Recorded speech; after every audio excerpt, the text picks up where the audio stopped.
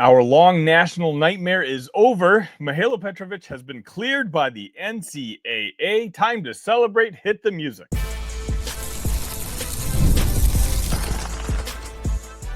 You are Locked On Illini, your daily podcast on the Illinois Fighting Illini.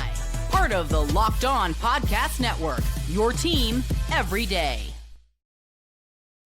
Welcome one, welcome all to another edition of Locked On Illini. Thank you all so much for making us your first listen each and every day. Today's episode is brought to you by GameTime. Download the GameTime app, create an account, and use code LOCKEDONCollege for $20 off your first purchase. My name is Sunny Verma, your host here at Locked On, where I continue to provide you coverage each and every day. I ask for nothing in return, but if you do feel generous, if you don't mind, make sure you hit that like button on this particular video as we continue to grow this community. We're now over 3,600 subs on YouTube, guys. We're barely over a year old. What an incredible run. That just shows you just how passionate this Illini community is. So today we're going to be talking about it's officially official. Mihailo Petrovic has been cleared after months of waiting, multiple international reviews, NCAA paperwork, and now even some hamstring setbacks. Illinois basketball's newest floor general is finally good to go. Not just for this season, as a sophomore with 3 full years of eligibility. That's a huge development. Not just because Illinois lands another talented guard, but because this decision adds structure and stability to what Brad Underwood has built. So let's dive into it. We all knew this one has simply been dragging out. The Petravic situation has become one of those college basketball sagas you follow like a TV show. Admissions review, student visa, NCAA clearance, international transcripts, the full alphabet soup of college bureaucracy. But the payoff was ultimately worth it. Illinois officially announced that Petravic, the Serbian point guard from KK Mega Superbet, has been cleared to play as a sophomore. Again, 3 years of eligibility, folks. And if you're keeping score at home, that means Illinois' roster is locked and loaded with international prospects. You've got the Ivisić twins, you've got David Mirkovic, you've got Andrej Stojaković, and now Mihailo Petrovic. Let's quickly recap this guy's resume. Petrovic is 22 years old, 6'2", maybe 6'1", maybe even 6'3", depending on the source you look at. He played last season in the Adriatic League, one of the tougher pro circuits in Europe. And with Mega Superbet, he averaged 14 points, 7 assists, and shot almost 50% from the field. He was a late season MVP candidate. And if you've watched any of that league, you know it's not just summer rec ball. It's grown men, structured systems, heavy pick and roll play, and all things that, quite honestly, I think could transfer beautifully to the Big Ten Conference. He's not a high-flying athlete. He's more of a conductor. Think of him as a European-style floor general. Poised, decisive, surgical in the half court. Brad Underwood himself called him a jet. Not just fast, but smart fast.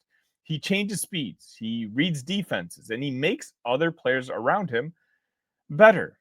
And let's be honest, Illinois needed this. When Kasparas Jakushonis left for the NBA, and let's not forget, he was a first-round pick after just 1 season in Champaign, Illinois lost their lead ball handler and a huge chunk of their identity.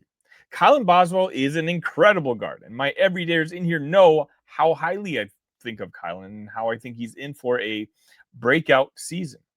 But I think he kind of thrives more as maybe not just a combo guard, a guy who doesn't need to have sole playmaking abilities, someone who can create the ball, create a shot off the ball. What Illinois doesn't have is a true orchestrator, a guy who could push tempo, control pace, and get everyone into their spots. Petrovic solves that. Brad Underwood's been saying for months that this roster was built to play faster, to get up and down, to space the floor, to attack in transition. You can't do that without a steady hand running the show. And now Illinois has one. Let's quickly break down the game itself. Pace and tempo, right? Petrovic has the European balance between speed and patience. He's not reckless, but he gets the team into its offense pretty fast. In the open court, he's lethal because he sees plays develop before defenses do. Also, pick and roll IQ. This might actually be his superpower. With the Ivisić twins, both skilled passers and shooters, I think Petravic gives Illinois endless ways to attack. He can snake through the lane, he can hit floaters, or he can thread a lob. Shooting-wise, he's not a 40% sniper, but he's confident and capable from deep. He's going to have to work on that aspect of his game, especially in a Brad Underwood offense, but he's not at the point where defenses can sag off of him, and that spacing will open everything up, especially for Boswell, for Stojaković, and even Mirkovic cutting in from the wing. But also, ultimately, let's just remember, he's 22 years old. He's played in some of the toughest leagues in the world, and so that's when you think about composure. One of the things that drove me crazy last year was Kasparas Jakušonis, and how sometimes he would just run around seemingly like a little baby. And it was frustrating. I don't think we're going to have to deal with that with a guy like Mihailo Petrovic, a guy who's been there, done that, seen everything. Petravic has been in pro environments since he was a teenager. He's played in hostile arenas. He's been defended by veterans. He's been coached by tacticians. That maturity, I think, ultimately is going to matter. And quite honestly, I just think the pairing of Boswell, Wagler, and Petravic is quietly going to become one of the most balanced backcourts in the entire country. If you watched the Locked On Illini episode that I released on Monday, and if you didn't, shame on you, go watch that right after this. I talked about how I think this is one of the most underrated backcourts in the entire country. Of course, we were waiting on the finalization and the announcement of Petravic being cleared by the NCAA, but that happened maybe just a couple hours after that episode was released. So we got that finality. When you look at those three guards, right? Boswell is dynamic, aggressive, and built to score. Petravic is more composed, strategic, and built to facilitate. Together, I think they're going to complement each other perfectly. Kind of like what Illinois wanted back in the day with Sky Clark and Terrence Shannon Jr. Except this time I do think that the game between these two players will fit a little bit more natural. Petravic even said it himself. Kylan is an amazing player and an amazing person. I like to play with him. We have good cooperation. That's what you want to hear. A backcourt that doesn't have an ego and that they're open to sharing. And as we take a step back and appreciate what Brad Underwood and Orlando Antigua have built, I mean, if you think about it, Illinois now has one of the most global rosters in America, and it's not a gimmick. It's strategic. Petravic from Serbia, the Ivisić twins from Croatia, Mirkovic from Montenegro, and Stojaković from California by way of Greece and Serbia. These guys grew up playing fundamentally sound basketball. They understand spacing, cutting, unselfish play. You're starting to see this international Illini identity take place, and it's working. Brad has always said that he's looking for players who've been coached at a high level. Well, this roster, he has them. Illinois is already ranked 17th in the preseason AP poll, but sitting as high as 6th in the Ken Pom. This team isn't just talented, it's organized. It has a direction. The ball won't stick. The offense can run through someone who thrives on getting his teammates involved. In a conference full of power guards and defensive grinders, Illinois finally has a playmaker who can dictate the flow of a game instead of reacting to it. Now, a quick reality check. Petravic is still working his way back from a hamstring and an ankle issue. He played just 2 minutes in that closed-door scrimmage against the Florida Gators, and he was held out of the game against Illinois State a week ago completely. So he might not be 100% right away, but even if he is a little limited early, the long-term value is massive. 3 years of eligibility gives Brad Underwood time to build around him, not just for this season, but as the foundation of the next era of Illini basketball. Because let's be real, Illinois fans have been waiting for a true point guard who can control games, not just fill up the box score. And I think Mihailo Petrovic might finally be that guy. So to sum it up, the NCAA has cleared Mihailo Petrovic. He's going to have sophomore eligibility. He's eventually going to be healthy enough to contribute. And hopefully it looks like he's going to be the final piece to Brad Underwood's team this year. Illinois is deep, balanced, and built for March. And Mihailo Petrovic might just be the missing link that makes this team ultimately hum. He's experienced, confident, unselfish, and the kind of player you win with when it comes to college basketball. And now he's officially in the orange and blue. And it's time to see how far this new look Illini team can go. The international Illini are ready. Petrovic is cleared. Now we just wait for tip-off.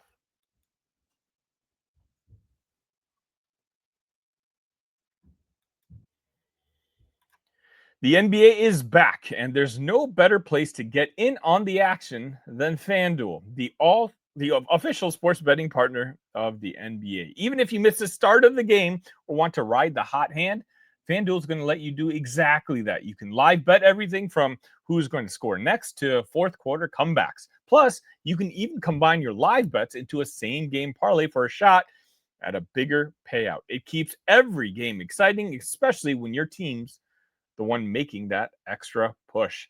Right now, FanDuel is giving new customers $300 in bonus bets when your first $5 bet wins. So head to FanDuel.com to sign up and play your game with FanDuel, the official sports betting partner of the NCAA.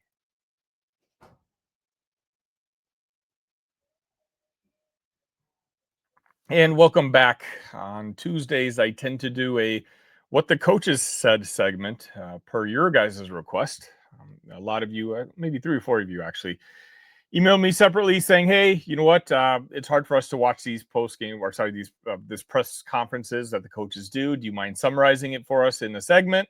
I like the idea, and so that's why I brought this back. I think this is maybe week 4 or 5 in a row that I've done this for you. If you guys have feedback, if there's a particular segment that you want me to do, again, reach out to me. It's really that simple. I respond to almost any time I can. talkillini@gmail.com or find me on your favorite social media. I'm not that hard to find. This particular segment is going to be a little, I don't even know what the word is. Maybe frustrating for some of you. For a lot of you, actually, the word is going to be frustrating. We all watched that game on Saturday where, let's be honest, the defense was as poor as it's been. And that wasn't the most frustrating part. The most frustrating part was the lack of being ready. Despite having a bye weeks to prepare, this team looked like they showed up and they had no clue what was to be done.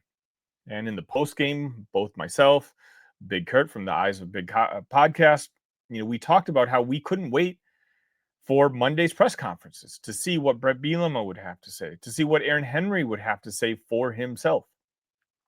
And ultimately, having just watched these, I don't know if we got necessarily the answers that we're looking for, but I ask you, what answers were you looking for? Some of you wanted Brett Bielema to make a change in the defensive coordinator spot right now, immediately after that game, Sunday, or maybe announce it on Monday morning. Realistically, you had to know that wasn't going to happen. There are some of us who thought that maybe at this point, seeing how we've fared in the Big Ten Conference, giving up almost 40 points a game inside this conference, that maybe you can at least alter roles a little bit. Give a guy like Terrence Jameson, who I believe is a co-DC, a little bit, maybe more responsibility. Let him call plays. Let's see what happened. Or there was C, where none of the above happens. And it looks like C is the answer. None of the above. Now, normally, if you had told me that this was going to be the answer on Sunday, I would be irate. If you had told me that this was going to be the answer 5 minutes before I started watching these press conferences, I would have thought that I was going to come on here angry and be ready to vent for minutes. In fact, if you watched Monday's episode, I said at the end that once I was looking forward to these press conferences, and if I didn't hear what I wanted to hear, that you would definitely want to tune in.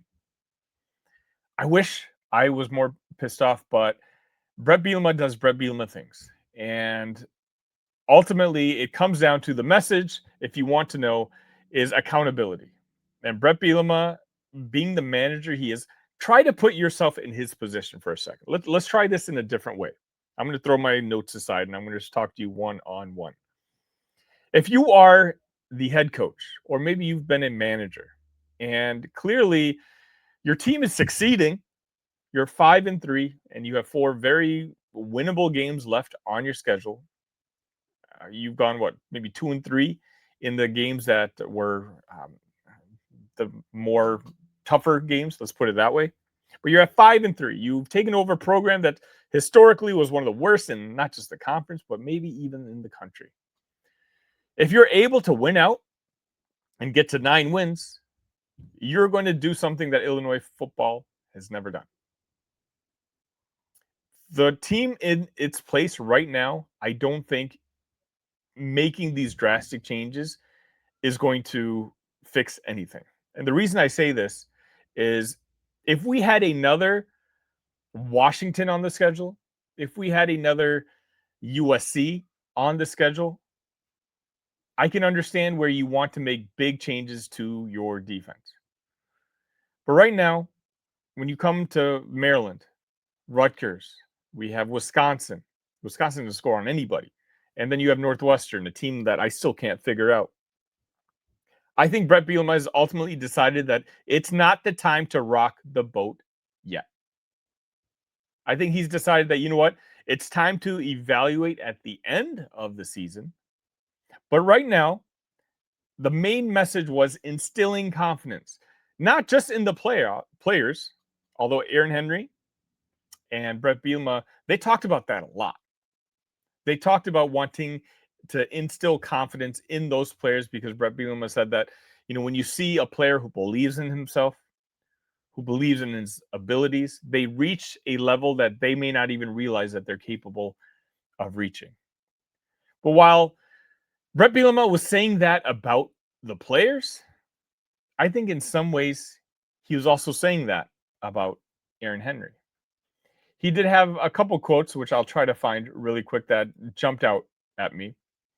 In part, here it is. This is Bret talking about Aaron Henry. I love the guy, but he isn't immune from me telling him things he doesn't want to hear. That, to me, kind of showed that Bret Bielema understands what the big picture is. We know Bret is willing to make a move at the coordinator spot if he has to. He did it after his first season in Champaign. And sure, it's going to be a lot tougher right now with the whole Aaron Henry and the previous relationships that they've obviously have together, both as player and mentor and, now as boss. But Bret also understands that he needs to win football games. That this is more than just your relationship with Aaron Henry. You can still have Aaron Henry over for Christmas in a year or two. If he's not getting his job done, that means ultimately Bret Bielema is not getting his job done. And so maybe these last 4 games, it's kind of a challenge to Aaron. It puts a lot of pressure on the offense because we do have some offenses that can score on the other side. Rutgers can score. Maryland, historically, can score. Wisconsin, not so much this year. But Aaron Henry at this point knows the bullseye is on him. He knows everybody's talking about it. He literally, his first couple words was, let me address the elephant in the room. And that's just talking about how the focus was on how the defensive side of the football simply wasn't prepared and didn't have a chance at execute. And really, quite honestly, if we're being honest, never gave Illinois a shot to win on Saturday. A game that dashed a lot of momentum. I mean, I hate to say it, but what do you think the crowd's going to look like on Saturday? Or the remaining home games? Rutgers is just not a very sexy appeal to want to watch on the football field. Now, you can get the students excited, if you're in the chase for a playoff hunt. You're coming off of a big victory over Washington, and now all of a sudden you've staked your claim as the team that could very well, if you win out, be that fourth team to make the college football playoff. But that's gone now. So now what? I wish it were different. But this Illini fan base, in particular on the football side, is very fickle. Look inwardly. Look at you. I'm asking. If you are a casual football fan, I hear it in the comments all the time. It's in the Talk Illini Discord all the time. Bring on basketball season. Start throwing up more basketball content. Football season's over. Football season's not over. We have a 5-3 team. We have a team that, in my opinion, genuinely is maybe a top 25, maybe a top 30 team in the country. And they do deserve your support. I think Brett Bielema ultimately has decided that making this drastic change right now, right here, is just not worth what could happen.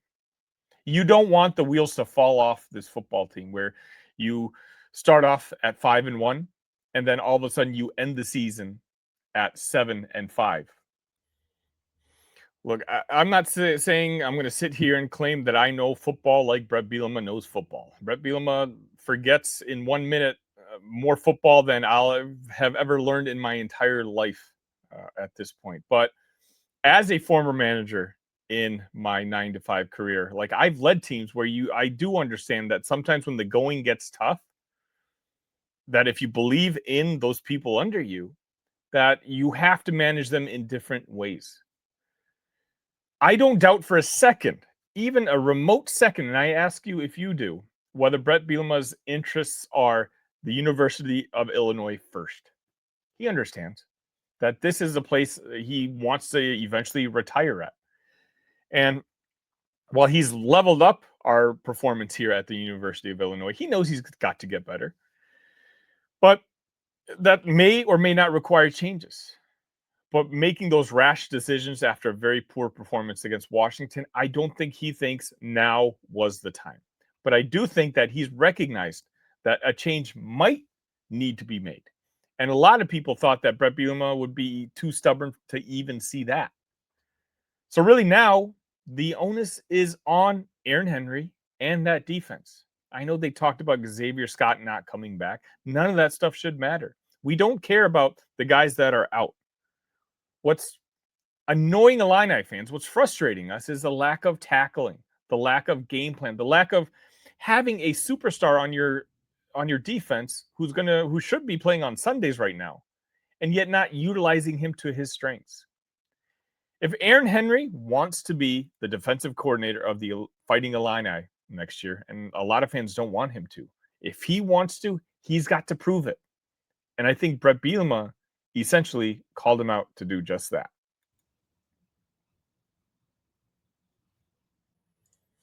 College football is back, and I couldn't be more excited. The tailgates, the rivalries, the energy in the stands, there's just nothing like it. But let's be real, actually getting tickets can feel like more of a battle than the game itself. Endless queues, hidden fees, prices jumping at checkout.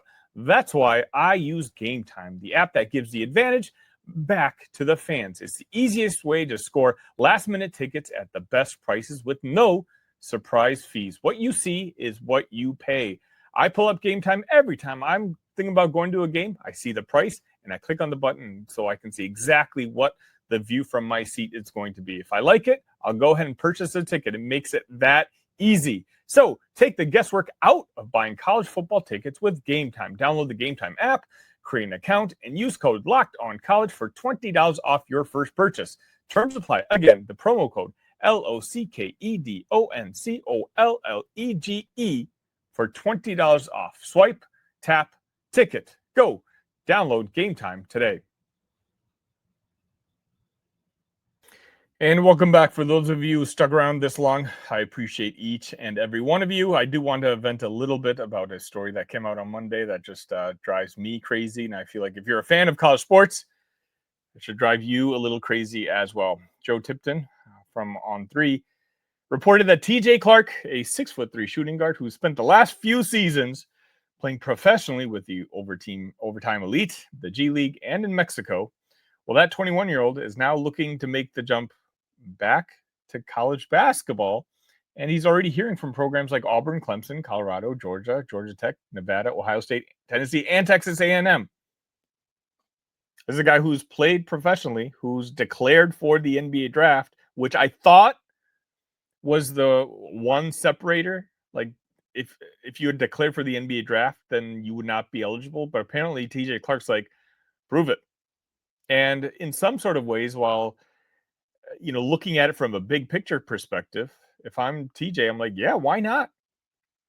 It's become clearly obvious that I don't even think the NCAA understands what the rules are anymore, at least what they're going to enforce. Because quite honestly, we don't know what they can enforce. They understand that the minute they say no to anything, a lawsuit shows up the very next day. It's frustrating as an Illini fan, right? Because we see Brad Underwood do this sort of on the international market. But at least maybe this is just me. Maybe this is just me and the bias that I have. But like, I can kind of justify it in some sort of ways. But these guys, like TJ Clark, is legitimately playing professional basketball here in the States. If he's going to ultimately be allowed to, then where is the line? If a guy leaves college with 2 years of eligibility, goes to the NBA, plays 2 seasons, fizzles out, maybe his game's just not ready for the NBA. If you are him, why wouldn't you try to come back to the NCAA? And if they say no, what do? You get a lawyer and you threaten them. Because right now the NCAA just simply has no backbone. And it's frustrating because I don't like the NCAA. I never really have. But without an organization to be afraid of, or maybe afraid of is not the right word, without an organization to respect their rule, then what's the point of all of this? Look, I make a living talking about college sports, whether it's football or basketball. But the beauty of me loving this sport is diminishing by the day. Whereas, like, before we could at least somewhat ignore what was happening and call it amateurs. Now we're at the point where we're kind of holding our nose and like, oh, it's semi-professional, semi-college. But if stories like TJ Clark, again, this has nothing to do with you, TJ, if you happen to stumble upon this channel. But if TJ's cleared, then what are we doing? The college aspect is done. TJ's got to do what TJ's got to do. He's not the bad guy here. Again, I would be doing the same thing if I was him. But at some point, there has to be a difference between college athletics and professional athletics. Because otherwise, why am I watching this sport? The professionals are literally better versions of what we're watching at the amateur level. I just wish it's the NCAA or the Big Ten, if all of a sudden they do decide to branch out and start their own enterprise. Something needs to be done about this because everybody's confused. The coaches are confused. Tom Izzo's confused. We've heard Matt Painter talk about it. We had Brad Underwood talk about it on Monday. None of this makes sense. So please, can somebody make it make sense? Thank you for making Locked On Illini your first listen today. For your second listen, check out Locked On Big Ten. Craig Shimon breaks down the most exciting conference in college sports, from the rivalries to the championship and every game in between. Find Locked On Big Ten on YouTube or wherever you listen to podcasts, part of the Locked On Podcast Network, your team every day. Friendly reminder, the basketball season preview all week long. So make sure you're subscribed to the channel. Make sure you like this particular video. And until next time, ILL. Love you guys.